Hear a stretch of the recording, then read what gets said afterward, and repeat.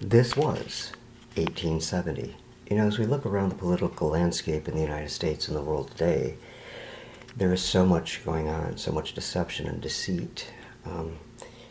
So sometimes it seems that if you look at years way in the past, that things wouldn't be as complicated as they are now. But the year we're going to look at today, 1870, had a heck of a lot going on, and maybe not with the dire circumstances or dire results that some of the things today can take, like the Iran nuclear fiasco.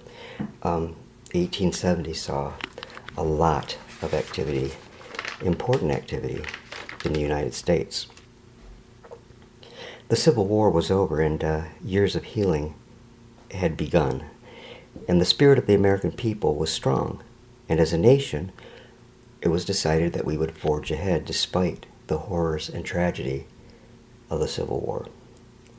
Early in January of 1870, plans for the Brooklyn Bridge in New York were completed, and construction began on January 3rd. It was completed on May 24th, 1883. On January 10th of the year, John D. Rockefeller incorporated Standard Oil, a company that we are all familiar with today.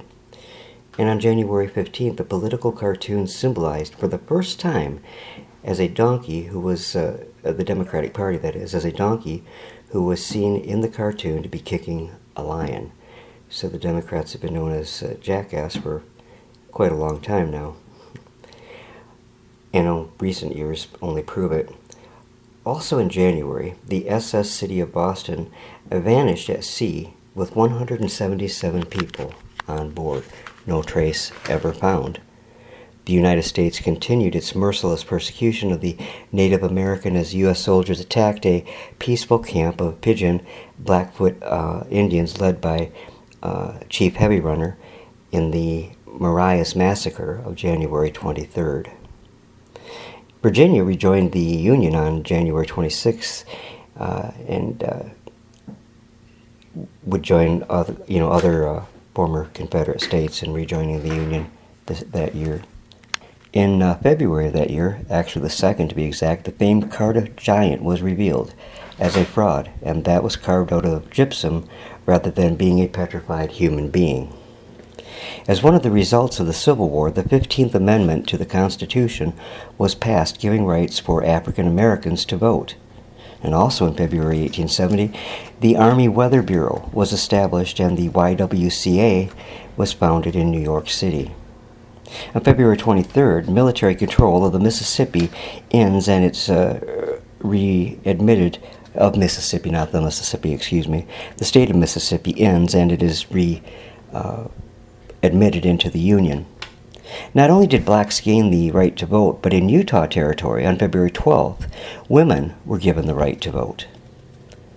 It would be a long while yet before that was nationwide.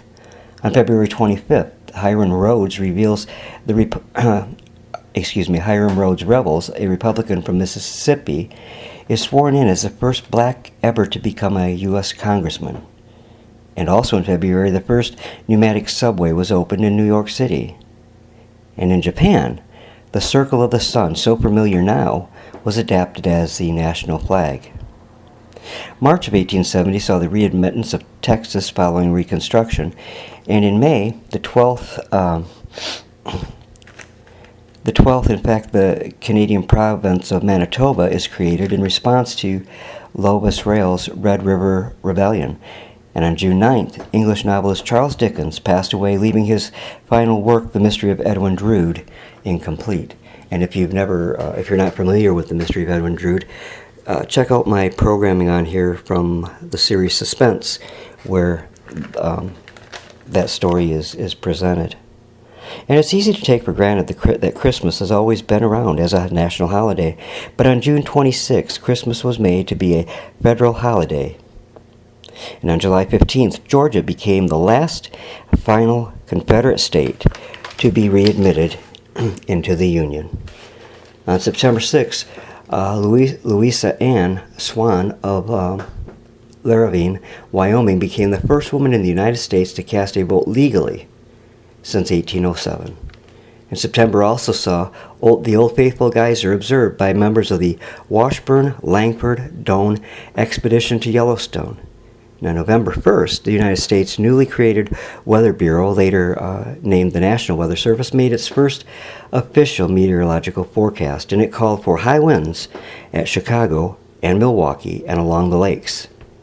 And those are the highlights of a very active year in United States history. Hope you've enjoyed it. Have a great day.